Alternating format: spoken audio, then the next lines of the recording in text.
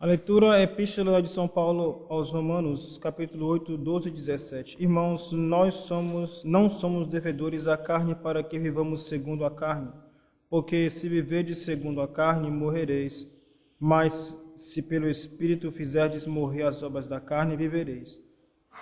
Porque todos aqueles que são conduzidos pelo Espírito de Deus são filhos de Deus. Porque vós não recebestes o espírito de escravidão para estardes novamente com temor, mas recebestes o espírito de adoção de filhos, mercê do qual clamamos dizendo, Abba, Pai, porque o mesmo Espírito dá testemunho ao nosso espírito de quem somos filhos de Deus. E se somos filhos, também somos herdeiros, herdeiros de Deus e co-herdeiros de Cristo. Evangelho segundo São Lucas, naquele tempo, capítulo 16, versículos 1 a 9. Naquele tempo disse Jesus a seus discípulos esta parábola. Havia um homem rico que tinha um feitor, e este foi acusado diante dele como esbanjador dos seus bens. E ele o chamou e lhe disse, que é isto que ouço dizer de ti? Dá conta de tua administração, porque não mais poderás ser meu feitor. Então o feitor disse consigo, que farei, visto que o meu senhor me tira a administração? Cavar não posso, mendigar tenho vergonha. Sei o que hei de fazer, para que, quando for removido da administração, haja quem me receba em sua casa. Tendo chamado, pois, cada um dos devedores do seu senhor, disse ao primeiro, quanto deves ao meu senhor? E ele respondeu, 100 medidas de azeite. Então disse-lhe, toma o teu título de obrigação, senta-te depressa e escreve 50. Depois disse ao outro, e tu, quanto deves? E ele respondeu, 100 alqueires de trigo. E disse-lhe o feitor, toma as tuas letras e escreve 80.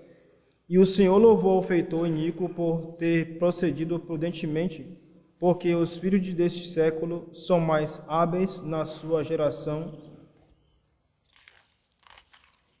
que os filhos da luz. Portanto, eu vos digo, granjeai amigos com as riquezas da iniquidade, para que, quando vierdes a precisar, vos recebam nos tabernáculos eternos. Podem sentar-se.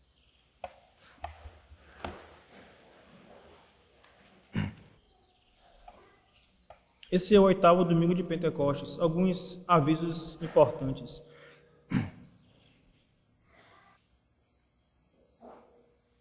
O próximo dia 16 de julho, dia de Nossa Senhora do Carmo.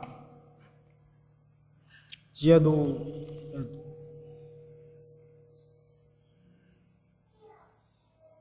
que nos lembra a devoção de Nossa Senhora, evidentemente, e a devoção do Carmo. As Santas Missas ocorrem aqui às 6h30 da manhã, como naturalmente. Aqueles que puderem, é um belo dia para honrar Nossa Senhora. Peço a compreensão de todos para um aviso importante. Ocorre alguma dificuldade ainda nós temos alguma dificuldade, apesar que somos 3 sacerdotes, com relação à administração do sacramento da penitência, da confissão. Vem ocorrendo que alguns fiéis às vezes ficam durante a missa assim, divididos entre a fila da confissão, entre a Santa Missa. Vamos fazer uma tentativa de sanar essa questão. Eu espero que todos estejam me ouvindo bem, né? O aparelho não está muito bom. Espero que todos estejam escutando bem.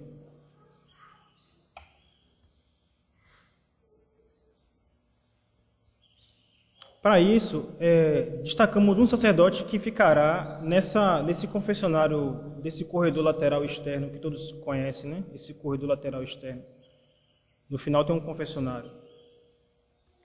O padre fica ali a partir das 6h30. Com isso, tem mais 1h30 de confissão antes da Santa Missa. Eu espero que funcione.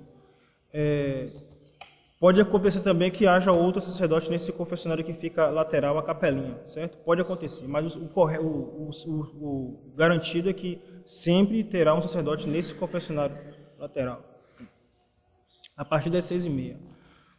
Com isso, peço a todos que organizem seus horários, organizem o domingo, a parte da manhã do vosso domingo. De que forma, padre? Por exemplo, aqueles que podem chegar mais cedo. Alguns que têm dificuldade de distância, deslocamento, tudo isso é compreensível. Agora, aqueles que puderem, por favor, façam esse esforço, chegam mais cedo. Então, a partir das 6h30 já tem um sacerdote no confessionário. Pelo menos um tem garantia. Pode ter outro, mas 6h30 tem um nesse confessionário que eu acabei de falar. Outra coisa interessante também é que o domingo é o dia principal da semana, né? É o dia do culto divino, o dia da assistência à Santa Missa, o dia de receber Nosso Senhor na Eucaristia. Então, no sábado, organize para que, por exemplo, possam dormir mais cedo. Às vezes tem, padre, eu chego não consigo acordar cedo por conta de acabo acordando tarde. Bom, então organize para descansar mais cedo no sábado. Organize também aqueles que vão se confessar, organizem a sua confissão no sábado. É importante que tomem conhecimento dos exames de consciência, que se acha hoje com facilidade aí. Faça o exame de consciência com antecedência, anotem no papelzinho, ou aqueles que não gostam de anotar, tudo bem. Pelo menos façam sua reflexão. Leiam o exame de consciência com antecedência no sábado, façam sua reflexão antes, para fazer uma boa confissão no domingo. E também a confissão, preparando-se assim, a confissão fica mais proveitosa.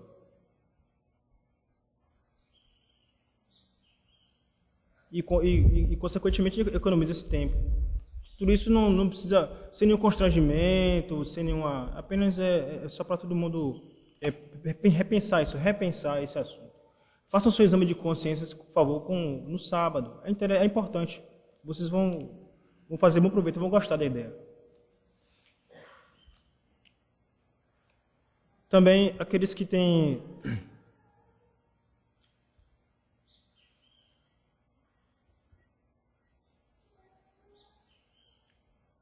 Aqueles também que sofrem dificuldade de chegar no horário da Santa Missa, organizem as coisas no sábado, né? Às vezes por conta da família grande ou a distância, eu não sei. Podem organizar as coisas no sábado para que no domingo de manhã estejam livres, né? Acorda cedo e está livre cedo para poder partir para a Santa Missa, né? Poder chegar cedo. É importante isso. Na verdade, o católico deve acordar cedo. O católico, 6 horas da manhã, está de pé para rezar o Ângelus. Isso deve ser o normal. Essa é a regra. Você acorda cedo. Os romanos acordavam de madrugada e começavam a trabalhar antes do dia nascer. Os romanos, que não pagamos, né? Nós católicos temos o dever de acordar cedo. Acordar cedo. O católico que fica na cama lá, amarrado na cama, não consegue saltar do travesseiro. Tá mal. Tá bom não. Aí vem uma ansiosidade. Padre, eu tenho muitos pensamentos ruins. Fica o tempo todo na cama, deitado. Vai vir, com certeza que ele vem. O demônio gosta de quem está ocioso, sem fazer nada. Então, o católico acorda cedo. 6 da manhã, o Ângelus. Ele está de pé para rezar o Ângelus. E já adiantar uma parte do rosário dele. Porque se deixar para de noite, não vai rezar. Certo? Esse é uma disciplina importante, o do acordar cedo. Isso faz parte da vida do católico, certo? Então, com maior razão o domingo, o Santo Domingo. Então, chegando cedo, fica tudo mais fácil para poder ir para as confissões e para aproveitar melhor o Santo Sacrifício. Evidentemente que, como sempre se ensinou, a parte principal da Santa Missa é do ofertório em diante, é a missa dos catecúmenos, missa dos fiéis, ou a missa propriamente dita. Mas e as leituras e a homilia do sacerdote, né? A instrução da igreja? Não recebe, aí fica de fora ali, É bem ruim. Então, outra estratégia importante é que aqueles que estão na fila da confissão fiquem ali na parte da igreja, dentro da igreja. E combine com aquele que vai antes de você, que quando ele voltar, possa lhe chamar. Agora é sua vez. Certo? Essa é uma estratégia importante. Então, está dentro da igreja, participando, está na frente da confissão, mas está dentro da igreja, participando das cerimônias. Isso, claro que pode acontecer uma eventualidade, pode ocorrer algum imprevisto, não precisa criar pânico, não. Certo? Isso é possível, é acontecer. E eu sei disso. Agora, a regra é que o esforço nosso deve ser qual? De estar na missa o tempo todo. Esse esforço é importante. E, como eu falei, combine com o outro que está na sua frente. Ele vai se confessar, olha, falando, quando você voltar, me chama. Certo? E assim por diante. Quando você volta da confissão, chama o outro, que é depois de você. Assim, vamos nesse esforço de aproveitar melhor o santo sacrifício da missa. Também vocês vieram de longe, muitos vieram de longe. Né? E voltar sem assistir a Santa Missa inteira, sem poder assistir a homilia, sem participar da Santa Missa toda, é bem ruim, bem desagradável isso.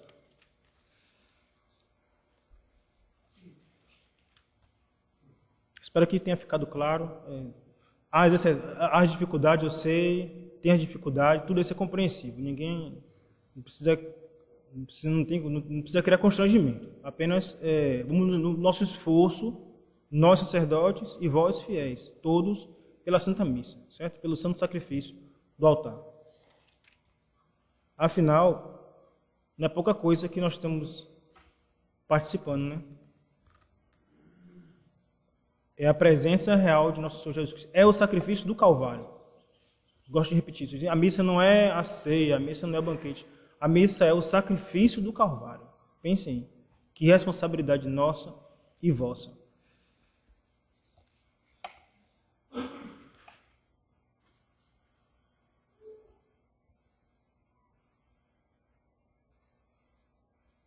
A epístola tem um valor teológico profundíssimo.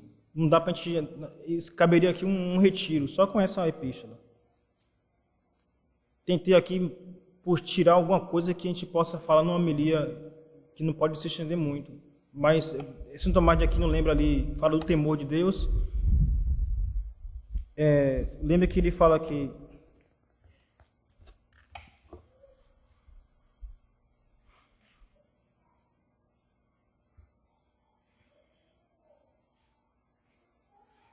porque todos aqueles que são conduzidos pelo Espírito de Deus são filhos de Deus, porque vós não recebestes o espírito de escravidão para estardes novamente com temor. São Paulo lembra aqui a distância entre o Antigo Testamento e o Novo Testamento. Lembrando que o espírito de temor que influenciavam o Antigo Testamento, e o espírito de herdeiro de Deus. No Novo Testamento, a ideia é Nosso Senhor vem elevar-nos à dignidade de filhos de Deus e herdeiros também. São Tomás de Aquino lembra aqui vários tipos de temor. O temor do mal que se aproxima e daquilo que é a fonte desse mal, certo? Quando fugimos, por exemplo, o temor da morte, do juiz que pode gerar esse mal, né?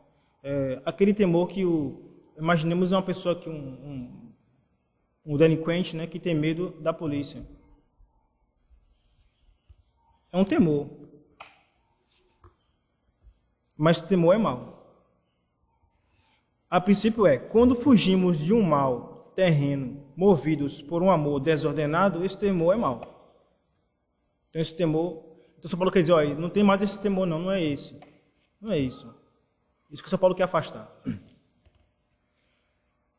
E o temor, São Tomás de Aquino avança dizendo que o temor daqueles que têm medo de se afastar de Deus, com medo do castigo, dos castigos, de se afastar de Deus, que é um temor imperfeito, e daqueles que têm medo do temor de Deus, pelo amor que sente Nosso Senhor, pelo amor que sente, pela dor que sente ao se afastar de Deus, que é a fonte do amor.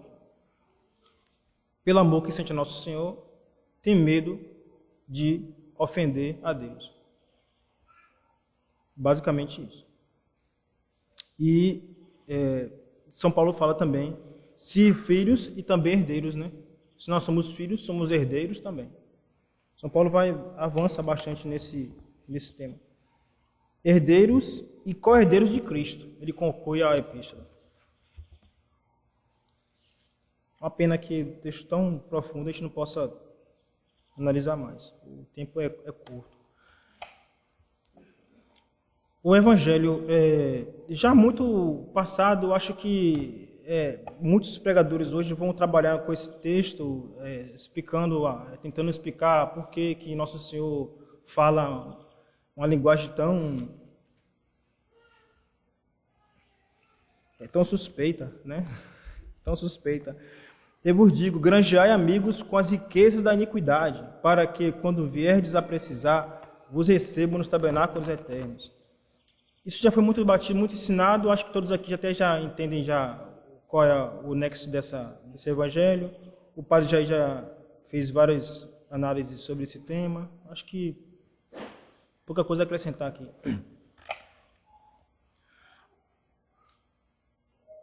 Vamos só analisar de maneira bem resumida. Primeiro, a parábola tem a estrutura da parábola é dividida em 3 partes. A pró-parábola, a parábola propriamente dita e a epiparábola. Como é isso? A pró-parábola, Nosso Senhor vem preparar o cenário. Por exemplo, o semeador saiu a semear, ele vem preparando o cenário. A parábola propriamente dita é a narrativa. O semeador foi, semeou e a semente caiu no caminho, caiu em terra de espinho, caiu entre os espinhos, caiu em terra boa. E a epiparábola, que é a aplicação da parábola. Quando termina a parábola de hoje, e também essa do semeador que eu dei aqui o exemplo, Nosso Senhor aplica, vai fazer a aplicação. De que ele está falando? Na parábola do semeador, aqueles que ouvem a palavra de Deus e têm as coisas do mundo no coração, são a terra de espinho, etc. Todos já conhecem essa parábola. O mesmo se aplica aqui. Juliano Apóstata e Renan, que é entre os racionalistas, o mais conhecido aí, ficaram escandalizados quando leram essa epístola. Porque Jesus Cristo está incentivando o mal. Os maus estão sempre escandalizados, né, com os bons, sempre. Ou pelo menos fingindo que estão. Mas é pura hipocrisia. O que interessa para nós aqui, na parte da epiparábola, que é a aplicação, é que Nosso Senhor está fazendo aqui um alerta. Um alerta. Os maus são esforçados na prática da perversidade. Os maus são inteligentes na prática da perversidade. Os maus se entregam, corpo e alma, à prática da perversidade. Como esse aqui que fez. Tá claro, não tem muita coisa que ficar explicando, não.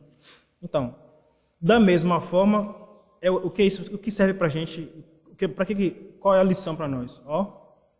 Se eles são assim para o mal, que devemos ser para o bem?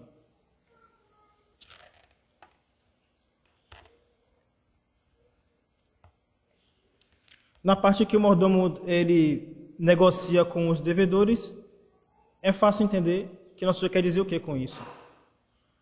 Ele negocia com os devedores, comutando a dívida, diminuindo o valor, reduzindo a dívida, né? Para ganhar com isso a amizade deles, para depois ser recebido por eles, para ter uma troca de favores. Cabe a nós, isso nos faz lembrar a nossa obrigação da caridade para com o próximo. Porque se nós queremos obter de Deus o perdão, tratemos de servir ao próximo. Com as esmolas, esse homem fez o quê? Ele fez uma fraude, né, para poder conquistar a amizade dos que iriam servir ali depois.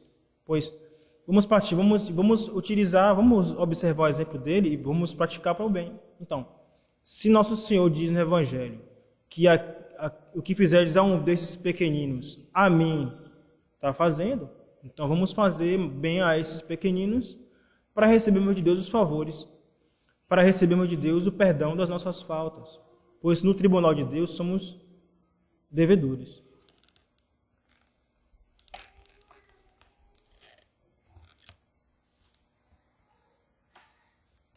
Impressiona aqui nosso Senhor falar uma palavra mais forte que essa aqui do final. Ele fala que ele diz que os filhos das trevas são mais sagazes que os filhos da luz. Essa é uma frase para se meditar.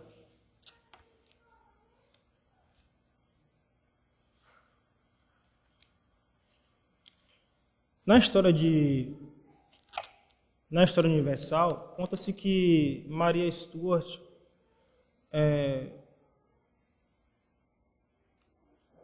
estava numa situação de dificuldade com a rainha Isabel, porque ela não tinha herdeiros e ela desejava assim unir as duas coroas. E ela teve um filho. E dizem, eu não sei se é verdade, eu desejo muito que não seja, mas parece que é. Não sei, não posso garantir, mas ela deu ao filho dela, escolheu como madrinha do filho dela a rainha Isabel. Por quê? Porque Isabel se comportava o tempo todo, quando se falava nesse assunto de herdeiro, de trono, ela nunca dizia nem que sim, nem que não. Nem que sim, nem que não. Nem que sim, nem que não. O tempo todo. De modo que, com essa tática, ela enganou a rainha Maria Stuart e que deu, se é verdade isso mesmo, escolheu para a madrinha do filho dela, a mulher, daquela mulher nojenta, não prestava para nada. Reparem a sagacidade dos maus. No final de tudo, todos conhecem a história de Maria Stuart, né? Foi procurar abrigo com a prima, que era Isabel, a prima dela. Quando ela chegou, prende a rainha da Escócia, a rainha Maria Stuart, e no final ela é morta, ela é condenada à morte, foi decapitada. Reparem a habilidade dos maus. Ela tinha essa visão, tinha esse plano, mas nunca falou a ninguém que ia fazer isso. E nunca prometeu a ninguém quem ia ser o herdeiro, uma vez que ela não tinha herdeiros. Aliás, ela é uma mulher, além de tinha inveja da outra, de Maria Stuart, que tinha filho, né, e era bem simpática do que comparando com ela, era uma mulher muito vaidosa e muito sanguinária. É conhecida na história como a rainha sanguinária. Mas ela mandou colocar no túmulo dela, que era a rainha virgem, um coração cheio de orgulho. Dizem que ela tinha 3.000 vestidos. Pelo menos é que dizem. Eu não sei como é que a pessoa consegue colecionar 3.000 vestidos, eu não sei. Mas dizem isso dela, né? Mas ela, agora, por que a gente está comentando aqui? Porque que aplica aqui? Reparem a maldade, reparem a habilidade dos maus, né? Ela o tempo todo nunca demonstrou essa maldade no coração.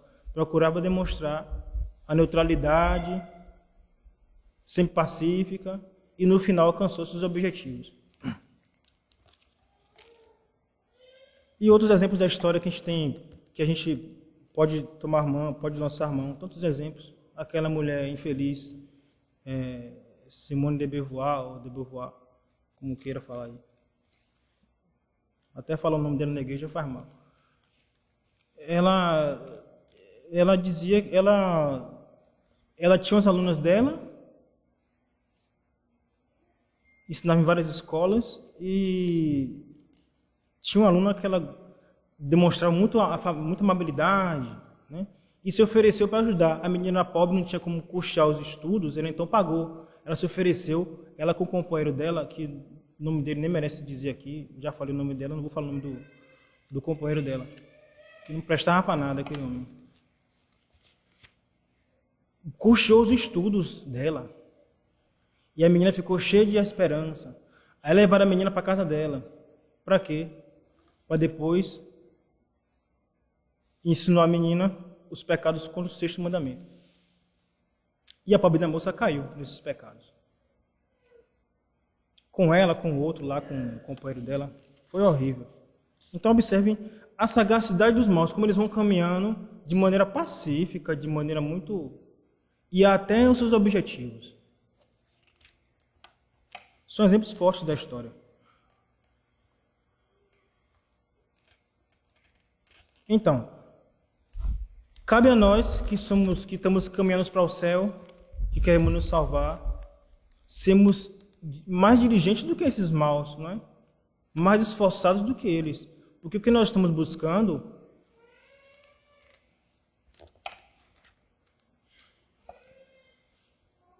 os nossos objetivos é a nossa salvação eterna. Está em jogo aí a salvação de nossa alma. Cabe também a gente corresponder às graças que Deus vem nos dando ao longo de todos esses anos. Então, a nossa vocação, o nosso objetivo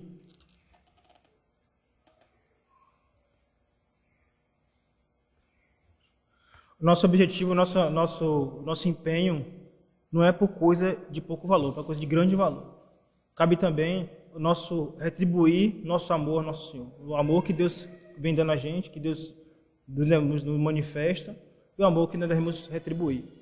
Hoje farão primeira comunhão 2 meninas, né? Nossos alunos. Que responsabilidade, né? Que responsabilidade. A moça hoje a moça católica, né? Deve ser exemplo na igreja e fora da igreja. Em todo lugar. Partout, como dizem os franceses. Em todo lugar. Deve ser exemplo. Exemplo de modéstia. Transmitir para a sociedade civil o bom odor de Cristo. Na escola. Vai na padaria comprar um pão. Em todo lugar.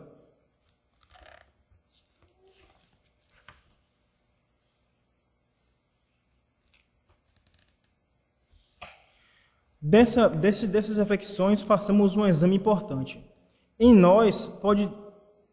Vejamos se em nós reina o espírito dos filhos de Deus ou o espírito dos filhos das trevas. Certo? Esses exemplos que eu vos contei, exemplos fortes. Né? Mas o que anima, como dizia um pensador antigo, quando vires homem bom, imita-o. Quando vires homem mau, examina a ti mesmo. A gente vê essa maldade, a perversidade dos maus.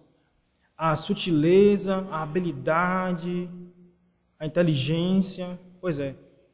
É assim que nós fazemos também com relação à prática do bem? Essa pergunta vocês vão levar para casa e vão responder. Nós somos também tão habilidosos, tão inteligentes na prática do bem? O que é que reina no nosso coração? O espírito dos filhos da luz ou o espírito dos filhos das trevas?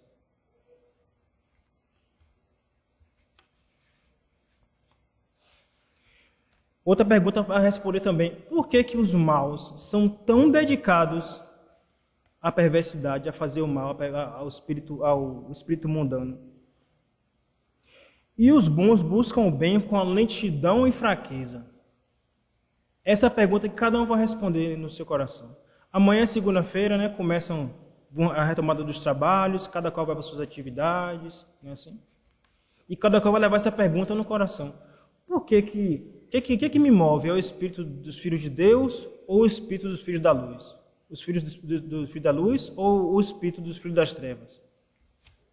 Por que eu sou tão lento na prática do bem?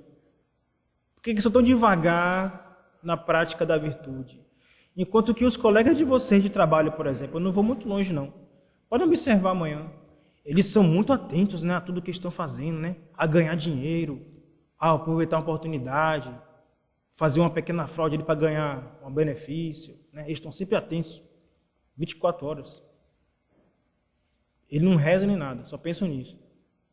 E nós somos também tão dedicados assim, nossa, eu quero rezar, eu quero caminhar para o céu, quero ser honesto, direito, tenho que dar exemplo, preciso me vestir bem. O católico deve espalhar o bom odor de Cristo. Ele deve, a sua vestimenta, o seu porte, as suas palavras, devem dar testemunho da fé que ele diz acreditar, diz praticar.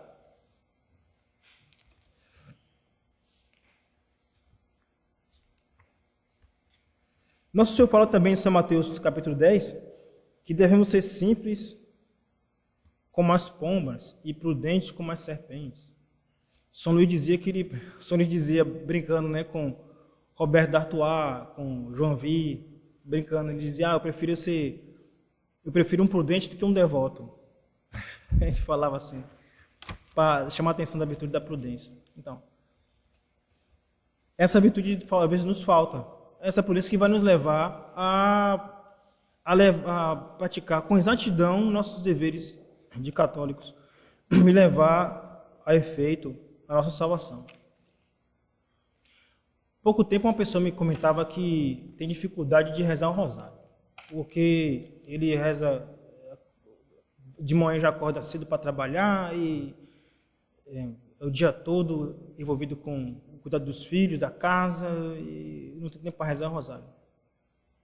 Eis aí. Não foi só um caso, não, vários casos. E gente, se me procurar, não conhece esse problema. Padre, eu não estou tempo de rezar o rosário, eu rezo o terço, pronto. Observe bem. Não é assim que os maus procedem, entende? Aqui está o nexo da parábola. Não é assim que os maus procedem com exatidão. Não é para fazer, vamos fazer. Não tem negócio de a gente vai dormir, a gente fica passando noite sem dormir, mas vamos fazer o mal.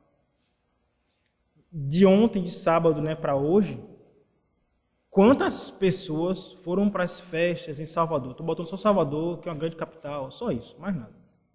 Quantas pessoas foram para a festa? Até pouco mais tarde, aí, até as 8 da noite, tinha um carro de som ligado aí até tarde. Aí. As músicas mais imorais possíveis. Observe que os maus eles mergulham de corpo e alma. Entendem? Eles praticam mal de corpo e alma. É para pecar? Vamos pecar mesmo.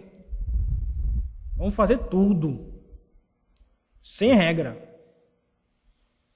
Mas os católicos não de rezar o rosário. Ah, não, porque eu estou sem tempo, porque há uma dificuldade, eu tenho muitos filhos, eu sozinho, não dá, é assim. Deve ser preguiçoso. Deve ser preguiçosa. Nossa Senhora não mandou, reze. Observe o exemplo dos maus, faça. Mergulhe, se jogue para o bem, corpo e alma. Eu vou rezar, eu vou acordar mais cedo, sei lá, eu vou dar um jeito aí, eu vou rezar. Até você me comentava comigo, o padre estava rezando, a gente estava com sono. Aí a gente falou assim, aí alguém falou, vamos rezar mais tarde. Não, mais tarde não. Vamos rezar agora mesmo, porque com sono mesmo vamos rezar. Aí eu lembrei, se fosse para pecar, entendem? Se fosse para o pecado, né? Não se entregava corpo e alma, né? Não se tirava do sono, não faria todos os sacrifícios, né? Para poder praticar a perversidade, né? E mergulhar no inferno, não faria? Então, pois é, mesma razão. Vamos rezar sim. Todos, eu espero que não seja mais isso uma dificuldade para ninguém aqui. Todos devem rezar seu rosário, todos. Não interessa. Estou sem tempo. Não lhe foi perguntado isso. Reze. O céu quer, a Santíssima Virgem quer. Basta isso. Você vai rezar. Entendem? Essa dificuldade existe ainda, viu? Ainda tem gente que tem dificuldade de rezar o rosário. Infelizmente tem. Porque falta esse espírito que Nosso Senhor fala aqui. Nosso Senhor quer chamar a atenção desse espírito no Evangelho. Os bons, os maus são mais sagazes, são mais esforçados na prática do bem. Os bons ficam com muita lerdeza, muita moleza.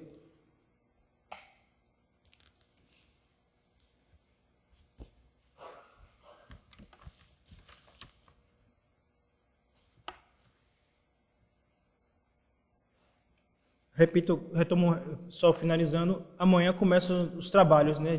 A semana de trabalho de todos vós. Né? Levem essas perguntas, levem essas mensagens no coração. Vou enfrentar o mundo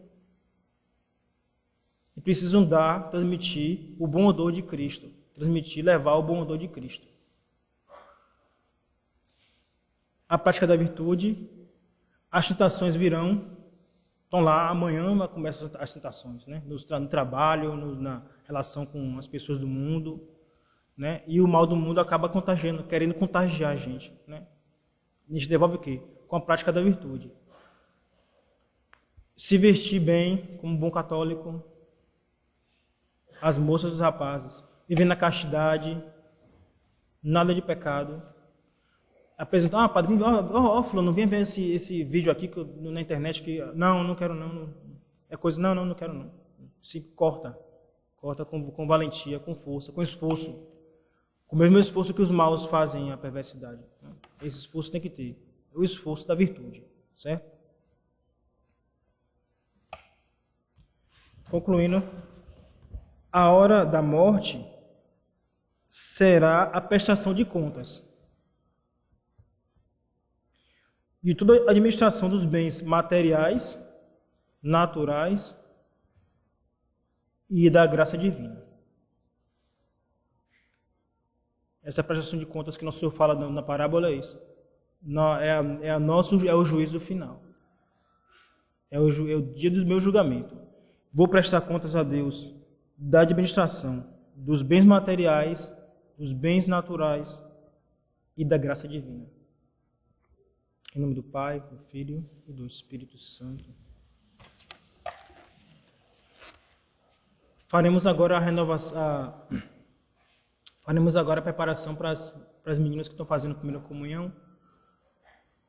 Elas respondem um pequeno escrutínio e depois vamos com as brasas acesas, representando a fé a fé católica apostólica romana, que elas têm no coração e querem professar, querem praticar. Depois retomamos com o credo e a Santa Missa.